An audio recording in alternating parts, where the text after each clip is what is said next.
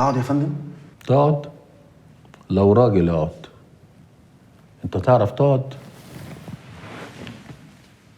انا مش عارف انت مستحمل نفسك ازاي بالكرش ده. وانا مش فاهم يا فندم، بس اعمل ايه؟ تعمل ايه؟ يا خيبتك، هتفضل زي البالونة كده.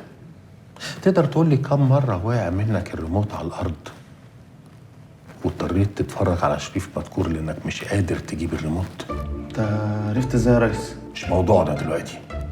تقدر تقول لي كم مرة رحت اسكندرية واتكسفت تنزل البحر بحجة إنك ما بتحبهوش وما بتحبش اسكندرية وانت خايف الناس تشوف البطيخة الصيف اللي عندك دي؟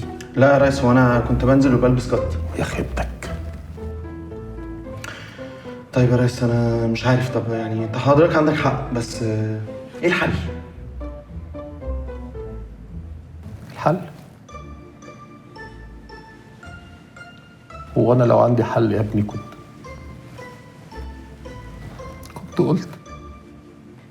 ايدك من فضلك. انت عارف يا احمد ان انا محروم من الجزمه بالباط عشان ما بقدرش اوطي اربط الجزمه. كل جسمي بطس. انا هتجنن واجيب جزمه بالباط. ما تقلبش عليا المواجع يا ريس. لا هقلبها. لا يا ريس، انا محروم زيك من البنص يا ريس، وبقيت بلبس بلغ كل يوم. حان الوقت النهارده.